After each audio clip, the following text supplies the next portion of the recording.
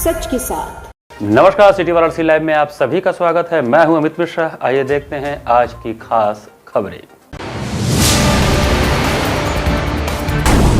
Police ने किया खुलासा, कहा राजा तालाब क्षेत्र में संपत्ति के विवाद में अधेड़ की हुई थी हत्या। सौतेले बेटों ने पीट पीट कर की थी हत्या, 2 गिरफ्तार। सपा कार्यकर्ताओं ने मुलायम सिंह यादव की मनाई 86वीं जयंती, नेताजी के बताए रास्ते पर चलने का लिया संकल्प। संपूर्ण संस्कृत विश्वविद्यालय के दीनदयाल उपाध्याय कौशल केंद्र द्वारा ट्रेड फेयर प्रदर्शनी का आयोजन।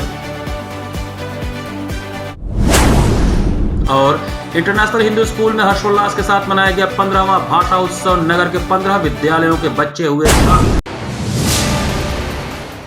और अब समाचार विस्तार से। सांख्यिकी विभाग बीएचयू में ISM SCON 2024 का भव्यता से शुभारंभ हुआ। बीएचयू के सांख्यिकी विभाग द्वारा आयोजित ISM SCON 2024 का संस्करण भव्यता के साथ शुरू हुआ। उद्घाटन समारोह की शुरुआत बीएचयू के संस्थापक मदन मोहन मालवीय जी को पुष्पांजलि अर्पित करने के साथ हुई। इसके बाद दीप प्रज्वलन और कुल गीत की प्रस्तुति हुई, जिससे इस कार्यक्रम के लिए गंभीर और जश्न का माहौल तैयार हुआ। कार्यक्रम की आधिकारिक शुरुआत बीएचयू सांख्यिकी विभाग के प्रमुख प्रोफेसर GP सिंह के स्वागत भाषण से हुआ। उन्होंने सांख्यिकी विज्ञान के क्षेत्र में सम्मेलन के महत्व पर प्रकाश डालते हुए प्रतिनिधियों, प्रस्तुतकर्ताओं और मेहमानों का गर्मजोशी से स्वागत किया। उनकी टिप्पणियों के बाद ISM SCON 2024 के आयोजन सचिव प्रोफेसर ब्रिजेश प्रताप सिंह ने सम्मेलन का एक सिंहावलोकन प्रदान किया, जिसमें उसके उद्देश्यों और विश्व स्तर पर सांख्यिकी विदों के बीच सहयोग को बढ़ावा देने के महत्व को रेखांकित किया गया। उद्घाटन सत्र Indian society for medical statistics ISMS के अध्यक्ष प्रोफेसर SN द्विवेदी के अध्यक्षीय भाषण के साथ जारी रहा, जिन्होंने विभिन्न क्षेत्रों में अनुसंधान और निर्णय लेने की प्रक्रियाओं को आगे बढ़ाने में सांख्यिकी की भूमिका पर जोर दिया। ISMS के महासचिव डॉक्टर बीनू कुमार ने संगठन की चल रही पहलों और उपलब्धियों को दर्शाते हुए ISMS गतिविधियों की रिपोर्ट प्रस्तुत की। उद्घाटन समारोह का मुख्य आकर्षण असम विश्वविद्यालय के पूर्व कुलपति प्रोफेसर DC नाथ का उद्घाटन भाषण था, जिन्होंने शिक्षा और उद्योग में सांख्यिकी की उभरती भूमिका पर अपनी अंतर्दृष्टि से दर्शकों को प्रेरित किया। प्रतिष्ठित सांख्यिकीविद प्रोफेसर अभय इंद्रायन ने मुख्य भाषण दिया और सांख्यिकी अनुसंधान और उसके अनुप्रयोगों के भविष्य पर एक विचारोत्तेजक परिप्रेक्ष्य प्रदान किया। सम्मेलन की सांस्कृतिक समृद्धि तब और अधिक प्रदर्शित हुई जब बीएचयू में विज्ञान संकाय के डीन प्रोफेसर SM सिंह ने सम्मेलन स्मारिका का विमोचन किया, जो वैज्ञानिक और सांस्कृतिक क्षेत्रों के बीच संबंध के एक प्रतीकात्मक क्षण को दर्शाता रहा। सब कुछ डिपेंड करता है इनपुट में। जैसे इनपुट उसके पास ठीक नहीं है तो रिजल्ट आउटपुट नहीं होगा।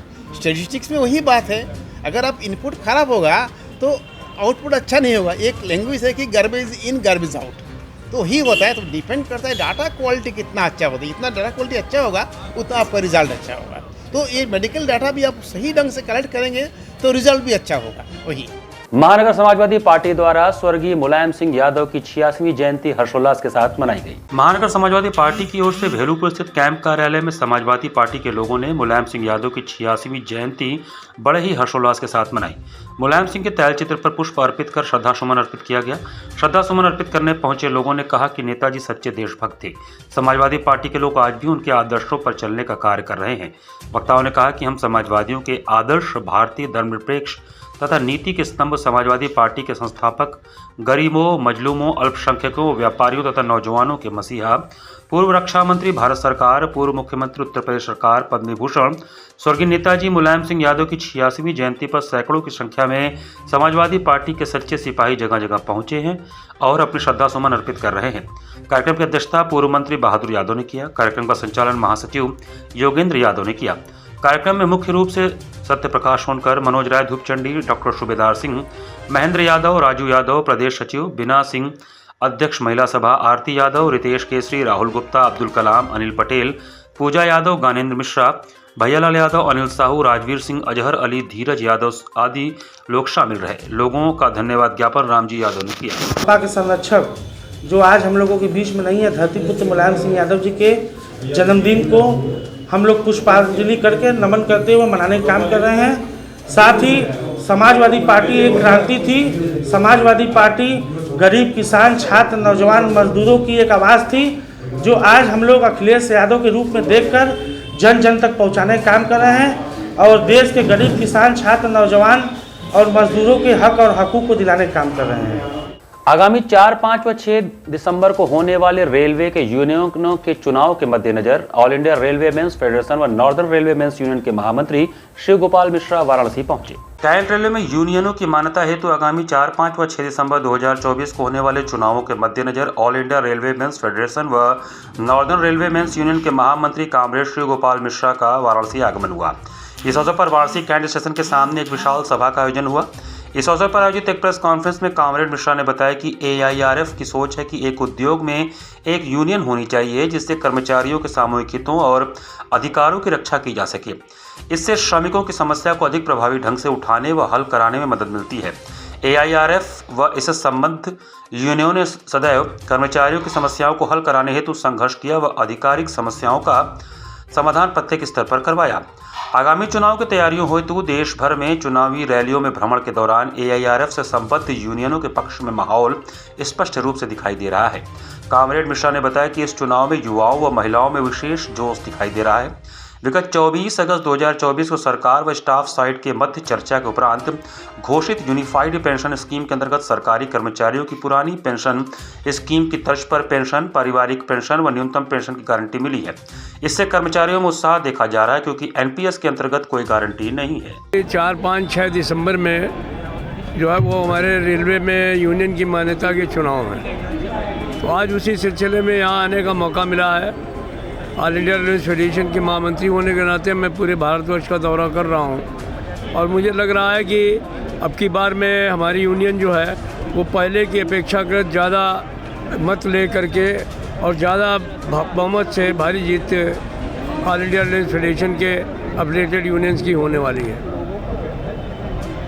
क्या उद्देश्य है आज के प्रोग्राम का उद्देश्य यही है कि हम अपने लोगों से बातचीत करेंगे और उनको कहेंगे कि हमारे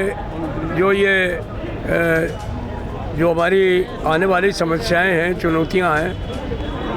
UPS तो एक विषय था जिसको कि हम लोगों ने हासिल किया है, उसके अंदर कुछ कमियां अगर होंगी तो अभी गजट नोटिफिकेशन होगा तो उसके बाद उसको भी दूर करा लेंगे। लेकिन जो सबसे बड़ी समस्या हमारे सामने चुनौती बन कर के आ रही है वो आ रही है वेतन आयोग, 8वां वेतन आयोग, क्योंकि 1 जनवरी 26 से हमारे जो है वो नए वेतनमान आने चाहिए और उन नए वेतनमानों को अगर 1 जनवरी 2026 से लागू नहीं किया गया तो ऑल इंडिया रेलवे फेडरेशन खामोशी से बैठेगा नहीं और हम जनवरी में निश्चित तौर पर इसके लिए संघर्ष शुरू कर देंगे। स्वच्छ सर्वेक्षण 2024 के अंतर्गत किए जा रहे कार्यों की समीक्षा के लिए नगर आयुक्त ने बैठक किया। नगर आयुक्त अक्षत वर्मा ने शुक्रवार को नगर निगम के मीटिंग सभागार में स्वच्छ सर्वेक्षण 2024 के अंतर्गत किए जा रहे कार्यों की समीक्षा बैठक की। बैठक में नगर आयुक्त द्वारा घर घर से निकलने वाले कूड़े का पृथक्कीकरण कराए 100% कराए जाने का निर्देश दिया गया।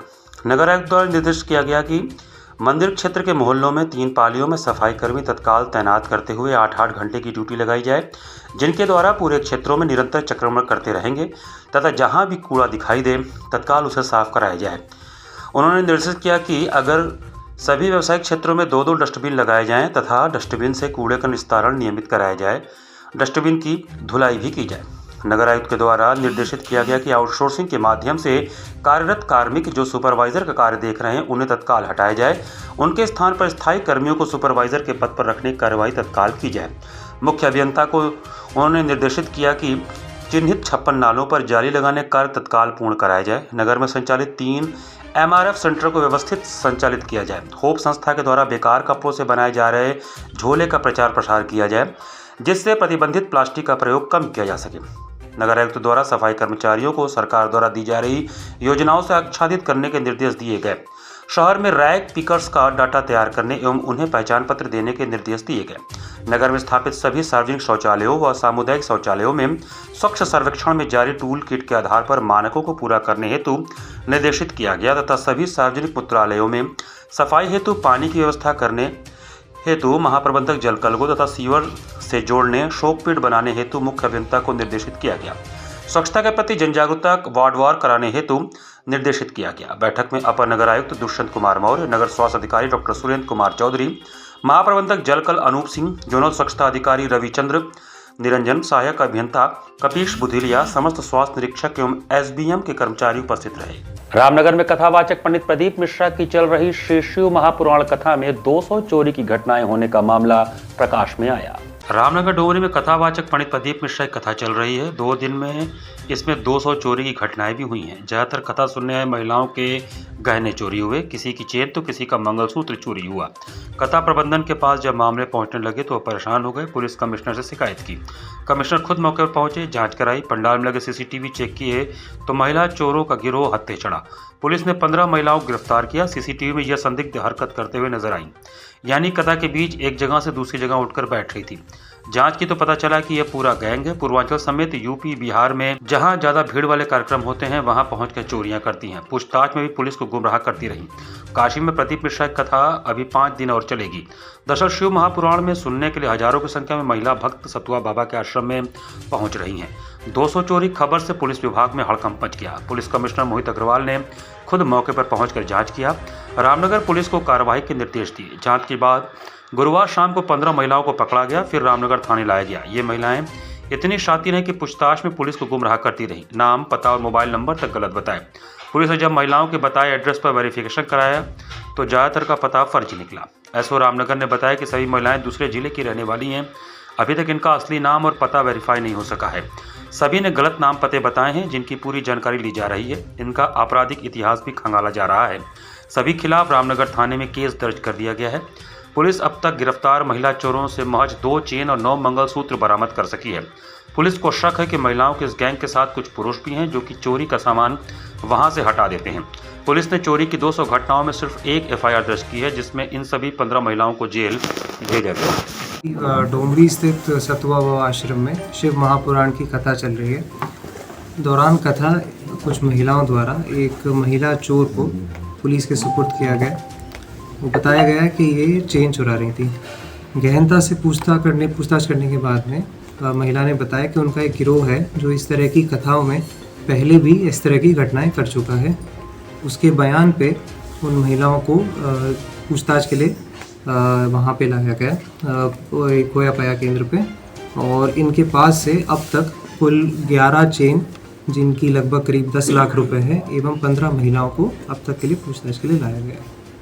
जमीन और संपत्ति के विवाद में सौतेले बेटे ने पिता की पीट कर हत्या कर दी। गुरुवार की शाम जमीन और संपत्ति के विवाद में भिखारीपुर निवासी श्यामलाल यादव का रिश्तेदारों से विवाद हो गया। विवाद के दौरान दामाद और सौतेले बेटे ने संपत्ति में हिस्सेदारी मांगी। अधेड़ के इनकार करने पर दोनों ने मिलकर हमला कर दिया। चौकी पर बैठे श्यामलाल को जमकर पीटा। उसके सिर और नाक में गहरी चोट लग गई और लहूलुहान होकर गिर पड़ा। आसपास जुटे लोगों ने बीच बचाव किया। आनन फानन में अस्पताल ले गए, जहां चिकित्सकों ने उन्हें मृत घोषित कर दिया। राजा तालाब थाना क्षेत्र के भिखारीपुर निवासी 55 वर्षीय श्यामलाल यादव ने 2 शादियां की थी और दोनों पत्नियों के बच्चे गांव में ही रहते थे। उनकी पहली पत्नी से एक बेटा और एक बेटी थी, जिसमें कुछ साल पहले बेटी की शादी कर दी। अब बेटे ने कारोबार के लिए रुपए मांगा था। उनका आरोप था कि श्यामलाल दूसरी पत्नी के बेटे को अपनी जमा पूंजी दे रहे हैं। संपत्ति और जमीन को लेकर परिवार में पहले भी कई बार विवाद हो चुका था। रिश्तेदारों ने पंचायत करके मामला निपटा दिया। इसके बाद बिरबहानपुर स्थित हनुमान मंदिर के पास मकान बनवाकर रहने लगे। गुरुवार को श्यामलाल का दामाद घर आया था और फिर संपत्ति की बात शुरू हो गई। घर के बरामदे में उसका बेटा आ गया और आज ही संपत्ति के बंटवारे की जिद करने लगा। बातों में विवाद बढ़ गया और दोनों ने मारपीट कर उसे गंभीर रूप से घायल कर दिया। आसपास के लोगों ने बीच बचाव किया तो दोनों मौके से फरार हो गए। पड़ोसियों ने घटना की सूचना पुलिस को दी और सूचना पाकर राजा तालाब थाना प्रभारी अजीत कुमार वर्मा के साथ कस्बा चौकी प्रभारी विपिन पांडे मौके पर पहुंचे। घायल श्यामलाल यादव को भिखारीपुर स्थित विमला हॉस्पिटल में भर्ती कराया गया, जहां पर हालत गंभीर होने की वजह से डॉक्टरों ने बीएचयू स्थित ट्रॉमा सेंटर को रेफर कर दिया। लहूलुहान श्यामलाल को बीएचयू ट्रॉमा सेंटर लाया गया, जहां पहुंचने से पहले उसने दम तोड़ दिया। जांच के बाद चिकित्सकों ने उन्हें मृत घोषित कर दिया। श्यामलाल यादव की हत्या की सूचना पर पुलिस के आला अधिकारियों ने घटनास्थल का निरीक्षण किया। एसीपी राजा तालाब के नेतृत्व में एसओजी, स्थानीय पुलिस और सर्विलांस सेल की संयुक्त टीम गठित की गई। पुलिस ने अज्ञात अभियुक्तों के खिलाफ मामला दर्ज कर दबिश शुरू किया। इसके बाद पुलिस ने जांच पड़ताल कर हत्या के आरोप में 2 को गिरफ्तार किया। गिरफ्तार आरोपी 32 वर्षीय राजन यादव, मिर्जा मुराद और 38 वर्षीय दीनानाथ यादव राजा तालाब के रहने वाले। पुलिस ने इन दोनों को राजा तालाब पावर हाउस के पास से गिरफ्तार किया। आरोपियों की निशानदेही पर हत्या में उपयोग किया गया बेसबॉल बैट और अधजले कपड़े भी बरामद किए गए। एक पहली पत्नी से और दूसरी पत्नी से उनका ही रोल बाद में निकल गया है। वहाँ पे कैमरा भी पाया गया, जिसमें इन दोनों का आने जाने का और गतिविधि पूरी दिखाई भी दी है। और ये जब इन लोगों से डिटेल पूछताछ करी तो पता चला है इनके पिताजी के किसी अन्य महिला से संबंध था और ये प्रॉपर्टी कोई उसको बेचने वाले थे, जिससे इनके घर में लगातार लड़ाई झगड़ा और चर्चा चलती रहती थी। तो ये कल अपने पिताजी को समझा रहे थे, उसी बीच में इनकी गाली गलौज हुई, आपस में बहस हुई और जो इनकी पहली पत्नी से वाइफ है राजन यादव, उसने उनको बेसबॉल से मारा, और जो दूसरी पत्नी से बेटा है दीनानाथ यादव, वो भी वहीं पर मौके पे था। तो इन दोनों लोगों को हम पुलिस ने पकड़ा है, इन्होंने पूछताछ की गई है और इन्होंने पूरा जुर्म को कबूला है। इन लोगों को हम लोग अब जेल भी भेज रहे हैं। यहाँ पर वक्त तो चला है छोटे से ब्रेक का, बने रहिए सिटी वाराणसी लाइव के साथ। वाराणसी लाइव, सच के साथ।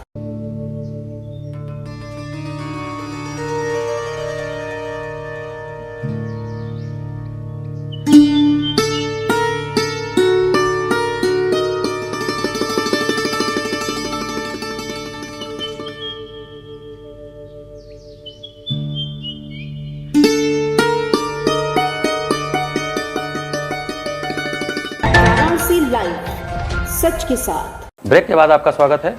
इंटरनेशनल हिंदू स्कूल में शुक्रवार को 15वां भाषा उत्सव हर्षोल्लास के साथ मनाया गया। लंका नगवा स्थित इंटरनेशनल हिंदू स्कूल में शुक्रवार को 15वां भाषा उत्सव हर्षोल्लास के साथ मनाया गया।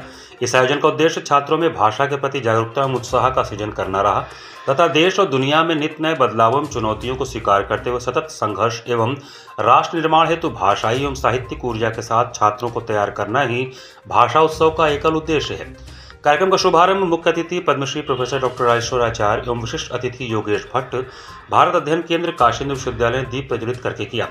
बतौर मुख्य अतिथि प्रोफेसर डॉक्टर राजेश्वराचार्य ने कहा कि भाषा को इतना महत्व देते हुए उसका उत्सव मनाया जाना निश्चित रूप से किसी शिक्षण संस्थान के उच्चतम शैक्षणिक उद्देश्य को परिभाषित करता है। विद्यालय प्रबंध मंडल के अध्यक्ष डॉक्टर सुमन कुमार मिश्र ने अतिथियों का सत्कार करते हुए बताया कि भाषा उत्सव हमारे विद्यालय का सबसे महत्वपूर्ण आयोजन है। आज भाषा उत्सव मनाया जाना हर समाज की जरूरत है। अतिथियों का स्वागत विद्यालय के प्रबंधक संध्या मिश्रा ने किया। विद्यालय के प्रधानाचार्य संतोष कुमार तिवारी ने कार्यक्रम की रूपरेखा पर प्रकाश डाला। इस अवसर पर विभिन्न प्रतियोगिताओं के निर्णायक मंडल में डॉक्टर पूजा सिंह, रामफल प्रधान, डॉक्टर चिकची किमगिट, दिलीप चंद्रवंशी रहे। विभिन्न प्रतियोगिताओं की श्रृंखला जिसके अंतर्गत हिंदी में लोकगीत, नुक्कड़ नाटक, भाषण, अंग्रेजी में स्किट, स्पीच, एक्सटेम्पोर एवं संस्कृत में नीति श्लोक, गीता श्लोक, भाषण तथा जर्मन भाषा में स्किट आदि प्रतियोगिताओं का आयोजन किया गया। इन प्रतियोगिताओं में दिल्ली पब्लिक स्कूल, मुकुलारण्यम स्कूल, तुलसी विद्या निकेतन, जागरण पब्लिक स्कूल, WH स्मिथ एवं इंटरनेशनल हिंदू स्कूल नगवा, लंका, वाराणसी समेत 15 स्कूलों ने अपनी प्रतिभागिता दर्ज कराई। कार्यक्रम का समापन विद्यालय के प्रधानाचार्य गणेश शंकर चतुर्वेदी के धन्यवाद ज्ञापन से हुआ। कार्यक्रम में विद्यालय प्रबंध मंडल के सदस्य प्रोफेसर नवनीत मिश्र एवं दीप्ति मिश्रा, सलाहकार जयंती सामंत समेत समस्त शिक्षक, शिक्षार्थी एवं कर्मचारी उपस्थित रहे। नियंत्रण के मंत्र बने, इसीलिए भावों को व्यक्त करने के लिए जो भाषा बनी, उसके उत्पत्ति और विकास का आधार क्या है, इसके लिए भाषाओं का अपना मिलना, समावेश, सामंजस्य आवश्यक है और इस तथ्य सराहनीय प्रयास है। Nor do I expect you to go to Germany. So he told me something which I want to transmit to you. Knowledge of a civilization lies in its language. And German civilization is very, very deep and strong. So I want to learn German now so that when I come back in the next life I will be ahead. Kashi सहित आसपास के जनपदों में धीरे धीरे ठंड ने दस्तक देना प्रारंभ कर दिया है। काशी सहित आसपास के जनपदों में इन दिनों सुबह और शाम में मौसम ठंड की ओर जाने लगा है। इस ठंड के कारण सुबह और शाम को धुंध देखने को मिल रहा है, जिसके कारण दोपहर में धूप और रात को सिहरन महसूस किया जाने लगा है। जैसे जैसे नवंबर माह बीतता जा रहा है और दिसंबर प्रारंभ होने वाला, वैसे वैसे तापमान गिरता जा रहा है और ठंड बढ़ता जा रहा है। वहीं मौसम वैज्ञानिकों की माने तो 15 दिसंबर के बाद कड़ाके की ठंडी की शुरुआत हो जाएगी। दिन और रात के तापमान में अब काफ़ी अंतर आने लगा है। काशी हिंदू विश्वविद्यालय के भूभौतिकी विभाग के प्रसिद्ध मौसम वैज्ञानिक प्रोफेसर मनोज कुमार श्रीवास्तव ने बताया कि ऐसे में लोगों को रात की सर्दी और गर्मी दोनों से बचना है, क्योंकि ऐसे लापरवाही से तबीयत बिगड़ने की पूरी संभावना रहती है। ग्रामीण क्षेत्रों में ठंड का असर दिखने लगा है। वहीं गंगा किनारे भी शाम होते ही कोहरा देखा जा सकता है। हवा में नमी के चलते तापमान में गिरावट शुरू हो गया है। अधिकतम तापमान 29 डिग्री सेल्सियस के नीचे आ गया है। वहीं मौसम वैज्ञानिक मनोज श्रीवास्तव ने बताया कि न्यूनतम तापमान गिरने से रात में ठंड बढ़ गई है। मौसम विशेषज्ञों ने कहा कि शुरुआती दिनों में जो मौसम बता रहा था वह यह था कि लानीना के प्रभाव के चलते इस बार अधिक ठंड के पड़ने की आशंका है। हवा में नमी बढ़ जाने के कारण लोग अब धीरे धीरे गर्म कपड़ों का भी प्रयोग करने लगे हैं। ग्रामीण इलाकों में कोहरे का असर भी दिख रहा है। मंगलवार को वाराणसी का अधिकतम तापमान 29 डिग्री सेल्सियस से नीचे आ गया। अधिकतम तापमान 28.8 और न्यूनतम तापमान 14.3 डिग्री सेल्सियस तक पहुंच गया। उन्होंने कहा कि अभी जो स्थिति दिख रही है उसमें पश्चिमी विक्षोभ की कोई बड़ी घटना नहीं दिखाई दे रही है। ऐसे में मौसम धीरे धीरे घटता जाता है। ऐसी कोई स्थिति नहीं दिख रही जिसमें 4-5 डिग्री अचानक एक दिन में मौसम का तापमान गिर जाए। इसके साथ ही उन्होंने बताया कि ग्रामीण क्षेत्रों में इस समय गेहूं की बुआई से पहले खेतों की भराई होती है, जिसके कारण वह अपनी धुंध के रूप में ऊपर उड़ जाता है। ऊपर की ओर ठंडी हवाएं चल रही हैं। उन्होंने कहा कि लखनऊ दिल्ली में जो तेज धुंध है उस तरह की धुंध अपने क्षेत्र में अभी नहीं है। उन्होंने लोगों के लिए एक सुझाव भी दिया कि ऐसे मौसम में लोगों को बचकर रहना चाहिए, क्योंकि दिन में धूप और रात को ठंड लगती है तो लोग धूप को ही ज़्यादा महत्व देते हैं, जिसमें तबीयत खराब होने की ज़्यादा संभावना बनी रहती है। जो तापमान रात का चल रहा है उसमें अगर जैसे अभी खेतों में पानी लगता है, पानी लगाया जा रहा है, तो वो जो पानी है वो धुंध की तरह से ऊपर उठ जाता है, और चूँकि ऊपर की तरफ ठंडी हवाएं चल रही हैं। लेकिन जैसे दिल्ली की या दिल्ली के आसपास की अभी कुछ दिन पहले की घटनाएं हैं, या अभी आज की तारीख में अगर कहें तो लखनऊ या उसके आसपास की घटनाएं हैं, मतलब वहाँ पे जो गहरा धुंध, तेज़ धुंध लगा हुआ है, उस तरह की संभावनाएं भी अपने यहाँ देखेंगे। विश्व हिंदू रक्षा परिषद के अध्यक्ष गोपाल राय ने देश की शिक्षा प्रणाली में बड़े बदलाव की मांग उठाई है। विश्व हिंदू रक्षा परिषद के अध्यक्ष गोपाल राय ने देश की शिक्षा प्रणाली में बड़े बदलाव की मांग उठाई है। उन्होंने मदरसा बोर्ड, ईसाई मिशनरी स्कूलों, ICSE, CBSE और सभी राज्य शिक्षा बोर्डों की मान्यता समाप्त कर अखिल भारतीय गुरुकुल परिषद की स्थापना का प्रस्ताव रखा है। गोपाल राय ने एक संवाददाता सम्मेलन में कहा कि वर्तमान शिक्षा प्रणाली भारतीय संस्कृति, परंपराओं और नैतिक मूल्यों को कमजोर कर रही है।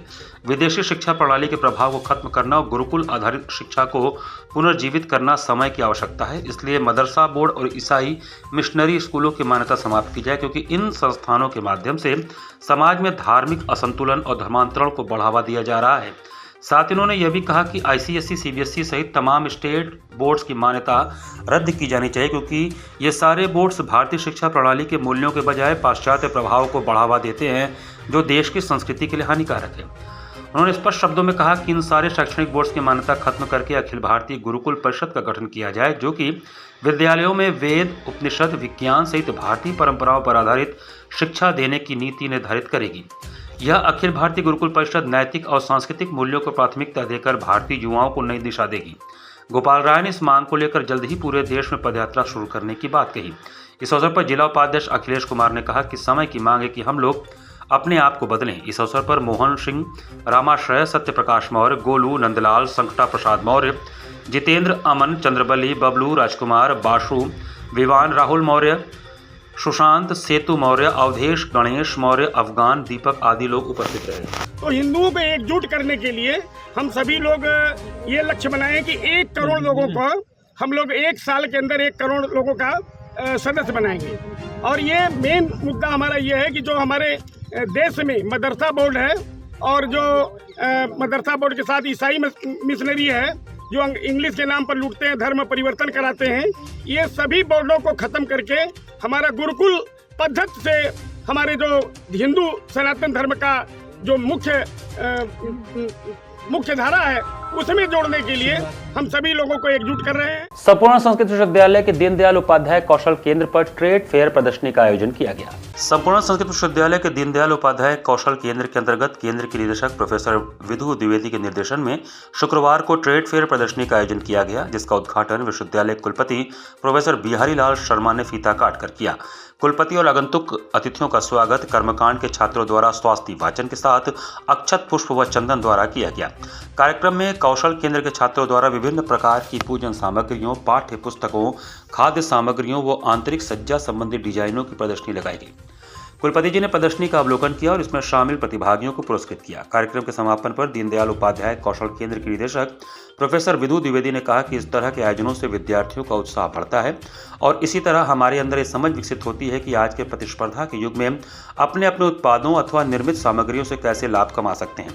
कार्यक्रम में professor Jitendra Kumar, doctor Vishakha Shukla, professor Shailesh Kumar Mishra, professor Hirakkant Chakravarti, professor Ramkishore Tripathi, कौशल केंद्र के शिक्षक शिक्षिकाओं में संदीप शर्मा, अखिलेश कुमार मिश्रा, डॉक्टर कंचन पाठक, डॉक्टर विनय कुमार पांडे, विष्णु पटेल, कर्मचारी संघ अध्यक्ष सुनील तिवारी, प्रवक्ता रामनयन मणि त्रिपाठी, उपाध्यक्ष संजय तिवारी, विश्वात्मा दुबे, राम बालक, अरुण पांडे, गोविंद तिवारी, अंजलि, अंजू देवी सहित विश्वविद्यालय के छात्र छात्राओं, कर्मचारियों व अधिकारियों की उपस्थिति रही और सभी ने इस आयोजन की सराहना की। स्वागत व संचालन कौशल केंद्र के शिक्षक डॉक्टर संदीप शर्मा व अखिलेश कुमार मिश्रा ने दिया।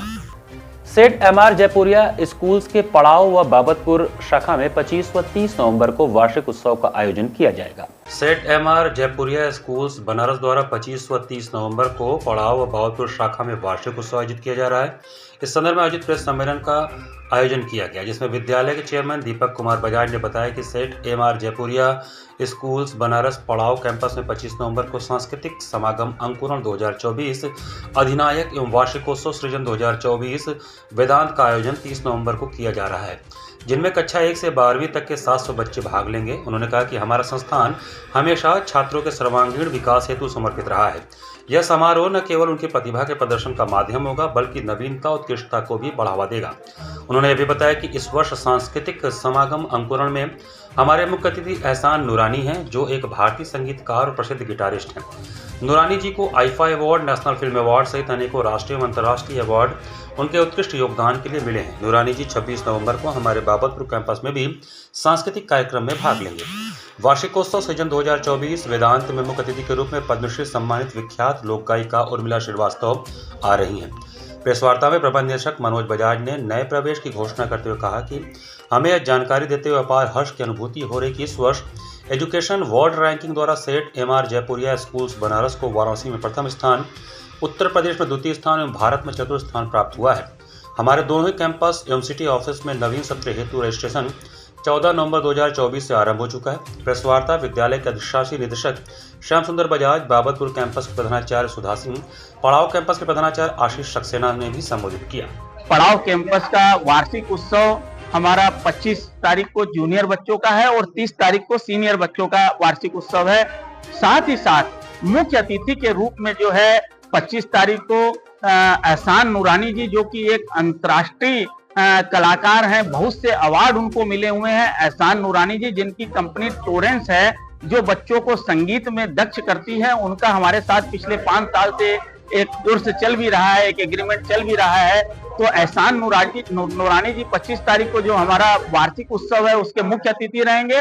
उसके बाद 26 तारीख को बाबतपुर कैंपस में भी एहसान नूरानी जी आएंगे। वहां भी एक प्रोग्राम रखा गया है जिसमें वो बच्चों से मिलकर संगीत की बारीकियां भी बताएंगे और बच्चों को मोटिवेट भी करेंगे कि वो जा करके आगे अपनी प्रतिभा के बल पे राष्ट्र का गौरव बढ़ा। इसी के साथ सिटी वाराणसी लाइव का ये संस्करण हम यही समाप्त करते हैं। मुझे दीजिए आज्ञा। नमस्कार।